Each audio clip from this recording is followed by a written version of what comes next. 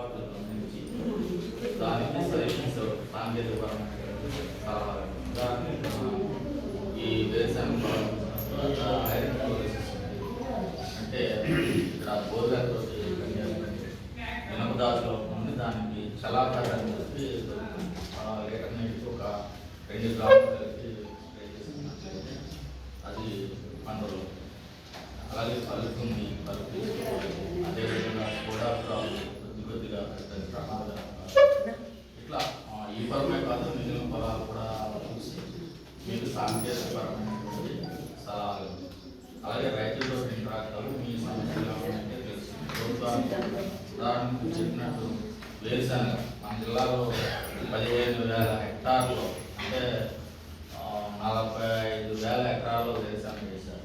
అందులో దాదాపు 30,000 ఎకరాల్లో వేరుశనగ ఇండిపోయింది.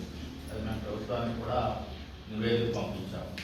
మన ఎర్లీ స్టేజ్లో కొన్ని సజెషన్స్ కూడా ఇచ్చాము. అంటే మనకి ఎక్కువగా వర్షాధారం మీద పండించేది ఎక్కడైనా ఒక 10 సెంట్లు 5 సెంట్లు ఇట్లా బోర్వెల్ మీద పండించేది